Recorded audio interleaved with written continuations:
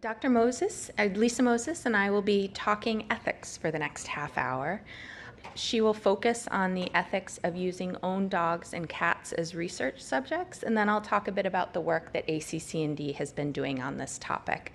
And with that said, it's my pleasure to introduce Dr. Moses. Thank you, Val. Okay. I suspect that our audience is going to fill a little bit in the next few minutes, so I think what I'm going to do is try to speed through some of this stuff so that we can get to the good stuff, but I'm afraid that we are going to run a little bit over. So I want to talk about the implications of using owned dogs and cats as research subjects, which I think has a lot of relevance for this audience in a lot of ways. I'm a veterinarian, a practicing veterinarian, and also a bioethicist. So I come at these questions from very much the point of view of the individual animal because of my clinical background. So why is this part of what we're talking about today? Well, generally the role of an ethicist is to ask questions that help illuminate potential conflicts in any kind of work and also help resolve those conflicts to reduce moral distress. So I am the self-appointed person to ask those questions today. In the development of some of the research projects that the ACC&D has been involved in, they fairly quickly realized that there was a void in ethical guidelines for the kind of work that they do, and that there was a larger void in ethical guidelines for a lot of the work that we're talking about at this conference today. So they convened this think tank in February of 2017 that lots of you participated in and that I participated in, and that was my entry into this world. So Val's going to talk more about the specifics of that, but that's how I got involved in this. So the first question I want to raise is, why do we even need ethical guidelines for this kind of work at all? Well, I think that when we are talking about things like $25 million prizes, it's pretty important to recognize that that's a really big incentive for researchers. And because of that, I think there's a clear need for transparent, fair guidelines for how the research is done and how the research is used. And I think another maybe slightly less obvious reason in this particular realm is one that I'm sure I'm not the only person here who has thought about, which is that if we are giving large amounts of money away for somebody to develop a single-use, injectable, permanent sterilant that works in large mammals, I think there's some pretty important social issues that we need to think about, and we have to really ensure that there are strong guidelines and hard conversations that talk about how is this technology going to be distributed and how is it going to be used. So I want to spend the next couple of slides on some information about regulations surrounding using owned dogs and cats in research, but my remarks are really and truly limited to the United States. I don't know very much about regulations outside of the United States in this arena. All I know is that places outside of here handle these things quite differently and with probably a lot more regulatory oversight than here. So I'm just talking about the US. And most of you probably know that in the United States, the Animal Welfare Act is the regulatory oversight for the use of animals.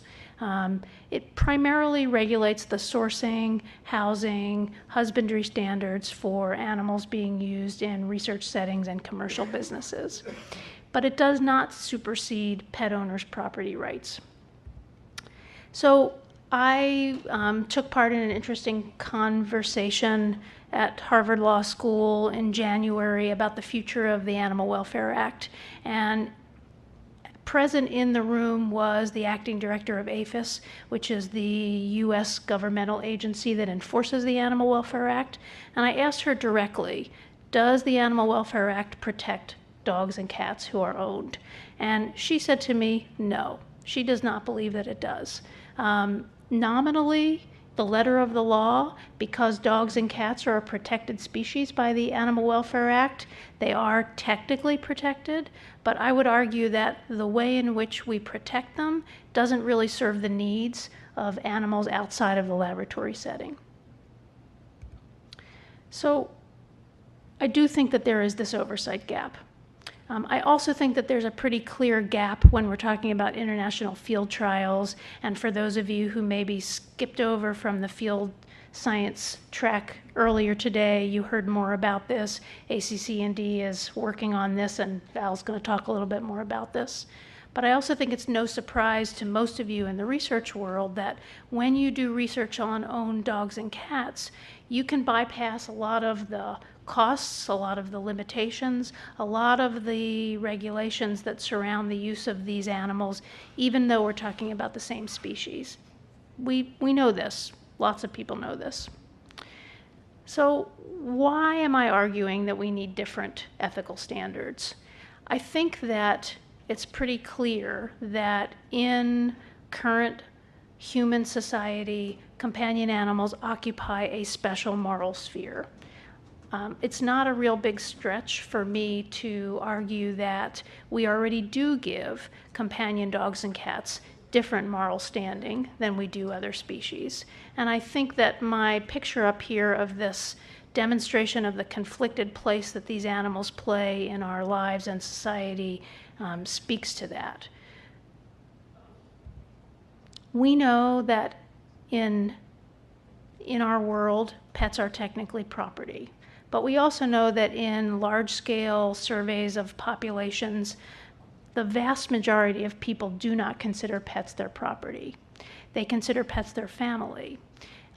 Less than 1% of people surveyed say that they think of pets as their property. And I can tell you from the point of view of a practicing veterinarian, when clients make decisions to spend tens of thousands of dollars on medical care for their animals, they are not treating their animals like they are property. So we don't have a good way to express this kind of dichotomy of the relationship that we have. I have heard sociologists are starting to use the term kinship relationship, which covers kind of this complex version of being part of the family some of the time, property some of the time, and I think it's a nice way for us to start to think about it. So I have some concerns about using dogs and cats in research where we don't have basic ethical guidelines, and I want to tell you about some of the things that I thought about. The first is the idea of consent. We don't really get consent any more than we get consent when we enroll children in research. We get permission of the people who have control of them, and that is a different thing, and I think we need to approach it in a different way. Sometimes when I talk about this to people in the bio research world, I also talk about the idea of autonomy of the actual research subjects. The last time I brought this up, somebody who does research raised his hand and said, "Are you actually talking about the autonomy of the research subject, or are you talking about the autonomy of the researchers?" And I said, no, I actually am talking about whether or not we have to consider the autonomy of the animals that we use in research. I think the time has come for us to start to ask that question. There's an idea in bioethics that some of you may have heard of called the therapeutic misconception. And this is a very prevalent and very well-studied idea that when people are enrolled in clinical research, both they, their families, and surprisingly enough, the physicians and the researchers who are doing the research can in some way kind of confuse the idea that the goal of research is the same as the goal of clinical medicine. It's not. The goal of research is to further the aims of research. That's very different than the goal of treating a patient. And I think that given the unique relationship that we have with companion animals, that there may be a place for us to worry that the therapeutic misconception might even be a bigger factor when we're talking about having people enroll beloved animals in clinical research. And I think that it's an important concept to think about because it should inform the way that we design these trials. And then, of course, there's the very complex and convoluted role of money, particularly in veterinary medicine. And I think we've talked a little bit earlier today about some of the large industry players in veterinary medicine who are buying up clinics internationally, but who also own a lot of the other industries associated with pet care and veterinary medicine. And that makes this stuff even more complicated and more full of conflict of interest. You know, if I, as a veterinarian, am enrolling patients, my own patients, in a clinical trial that my hospital is receiving financial incentives to participate in, or what about the idea of my clients not being able to afford care for their animals unless they actually enroll their animals in a clinical trial? You know, that kind of thing would not at all be allowed to happen for human patients. But that's a regular feature of veterinary clinical trials and some of the field trials that we're talking about here today. The other things that I started to think about are, what about community animals? How do we decide who actually speaks for and works in their best interest? And what is that best interest? So I think it's really important that some basic questions about the way we define community animals and who cares for them and who actually cares about them, that should be a big factor in the way we design some of the work that we're talking about here at this conference. And what should the relationship be between the researcher and the community? Same kind of things that I was talking about in the veterinary medicine sphere, where we may have some obvious conflict of interest that need to be managed between researchers, veterinarians, and pet owners. We have a similar situation when we're talking about community animals that we have to consider. So what should we do about all these concerns that I've brought up? I think that we need to start with some minimal ethical guidelines. And these don't have to be that complicated, but we need in place some basic stuff. Some of the things that I thought about, which are very analogous to what happens with research in children, are we need to specify who's responsible when there's an adverse event, who pays for that adverse event, who provides the care when that adverse event happens. You know, those are things that we don't normally pay attention to, and they're not so great at paying attention to it in all human subject research either, but it's an obvious whole. The other thing that I have not seen come up in veterinary clinical research is the idea that the primary investigator should not be the same person who is the person enrolling the animals in the trial or the person who is providing the direct medical care. That's a pretty clear conflict of interest in human subject research, and I think it's a good idea for us to actually think about that in terms of our work. The other thing that is a little interesting about using owned animals in contrast to animals in the laboratory setting is we don't always, ahead of time, determine a humane endpoint. And, you know, some people would argue in the kind of clinical work that I do, for example, where I work primarily on chronic pain and palliative care, you know, I think in some cases, some of the patients that I see are less protected than dogs and cats in research arenas where somebody has had to set a humane endpoint. And I think we need to think about that too. So one way that you could think about doing this is you could take a tip from how we do research on kids and also other specific populations of people that are termed vulnerable populations. We might be talking about people who are disenfranchised for some other reason, either economically, socially. Kids is probably the one that is most analogous to our situation. But there's a whole bunch of criteria that are associated with this idea of doing research on vulnerable populations that is very applicable to what we do on animals. I also thought about the idea of a hybrid IACUC institutional review board to try to address some of these gaps that exist for doing research on animals outside of the laboratory setting. And there are a couple of examples of these. A few academic centers of veterinary medicine, University of Pennsylvania, for example, has developed a special panel that reviews protocols that enroll owned pets as opposed to laboratory housed animals. The pharmaceutical industry is starting to create some of these panels, but again, just like every other IACUC, these are self-determined, self-policed things. There's no universal guidelines for these. And what it comes down to is who's a member of the committee and what is their actual background and philosophical bent in these things. Okay, I want to turn it over to Val and let her talk about some of the ACC&D's efforts in this realm. So thank you. Thank you so much. With that excellent foundation, I'm going to briefly discuss ACC&D's experiences and then turn to the projects that we have initiated in response over the past year. So in various sessions, speakers have discussed two studies that ACC&D undertook in the past couple years, each of which have posed a variety of ethical dilemmas.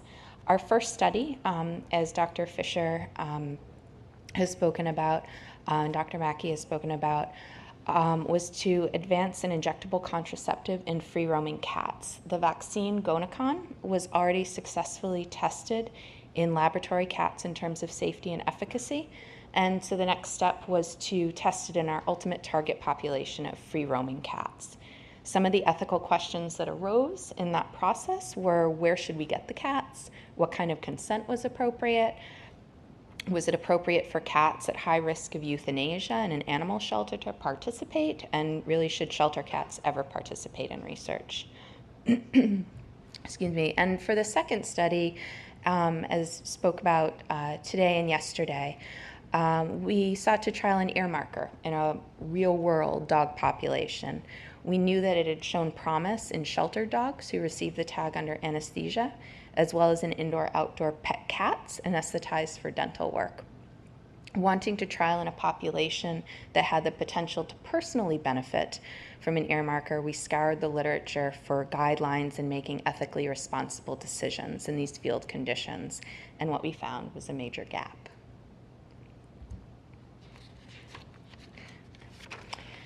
The lack of universal guidance available for a subsection of research and interventions combined with our own experience led ACC&D to hold a think tank in 2017, as Dr. Moses introduced. The focus was ethical decision-making in innovation for animal welfare, and a small cohort of our many fabulous participants are listed on this slide.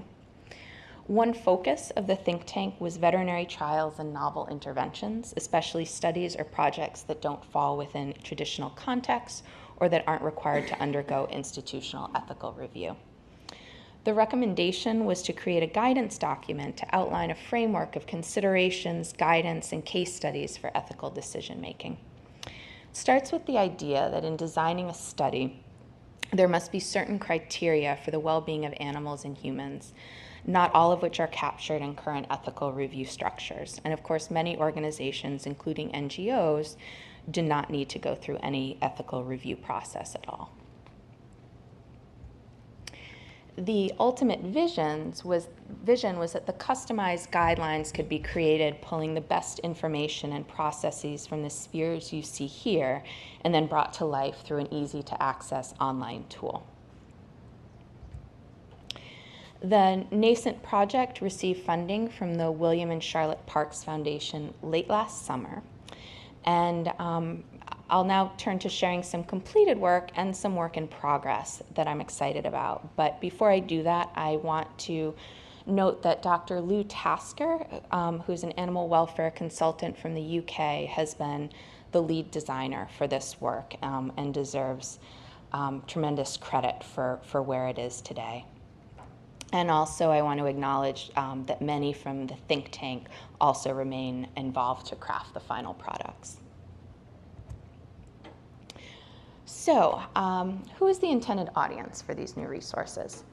They're intended to be helpful for scientists, veterinarians, animal welfare professionals, and staff involved in quote-unquote field research to help dogs and cats.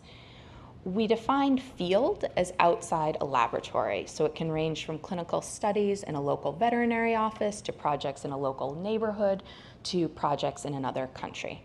And interventions can be as common as trap, neuter, vaccinate, return, animal birth control programs, or as novel as research and testing of non-surgical fertility control technologies.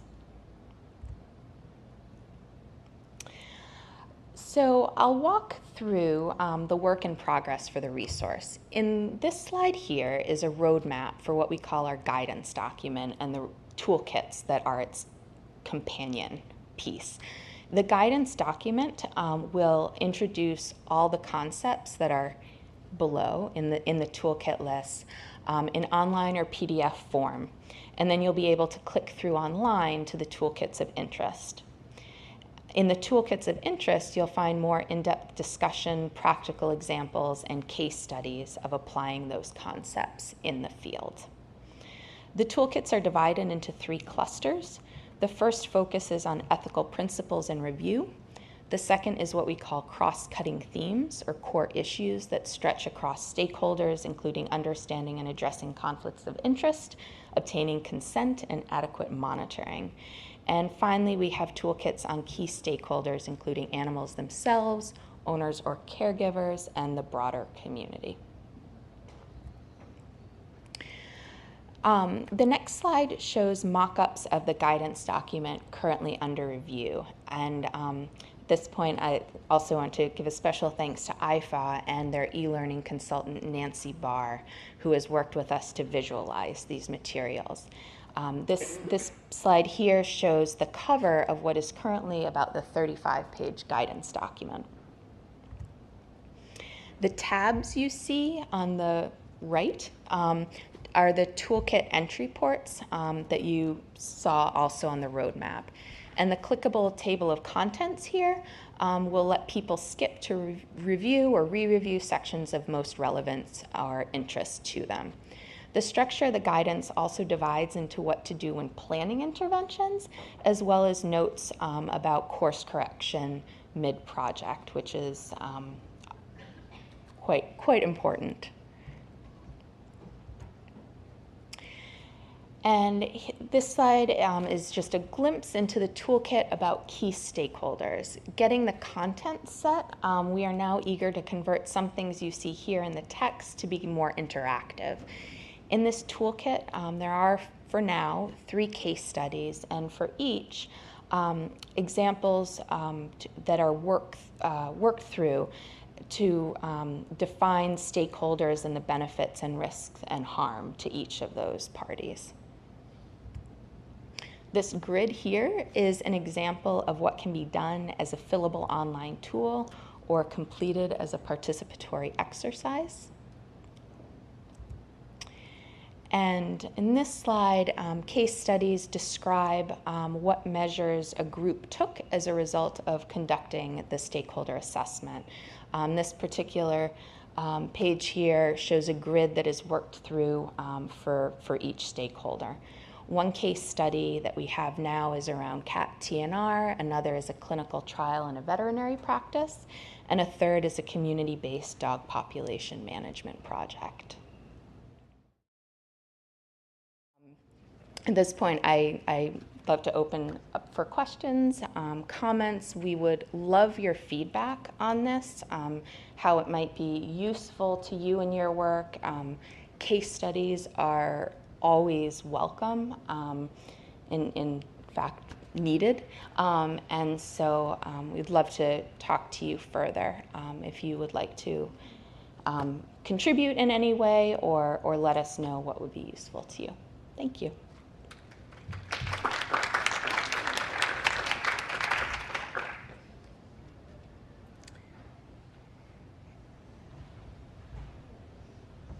Joyce Briggs, ACC&D. This may have been your last slide, and I have it in case you would like to reference it. Do you want to talk a little bit about our role here and next steps and aspirations? Or if you'd like me to, I have the slide. Sure, go for it. Okay. So What we are really, as this was very pertinent to our work, and yet we are very much a niche organization. We discovered this had a much broader need and broader appeal to organizations that are doing field work. Our intent is to kind of incubate this project as we have some other, and to work with other organizations that may originally fondly rehome this project to a broader missioned organization. We want to get it up and running in beta testing, and again, I want to credit IFAW, who is going to beta test and look at how it could work for looking at their processes for review. We are eager for others that might be interested in beta testing and helping us refine the content. That's probably the key point of that. But I would say that even the process of going through this has really helped with us reaching some sort of resolution about some of the ethical challenges we went through. So that's been helpful to us, and we are eager to better develop this tool for our future work and for others that are finding a similar need. I think that's it. Thank you very much.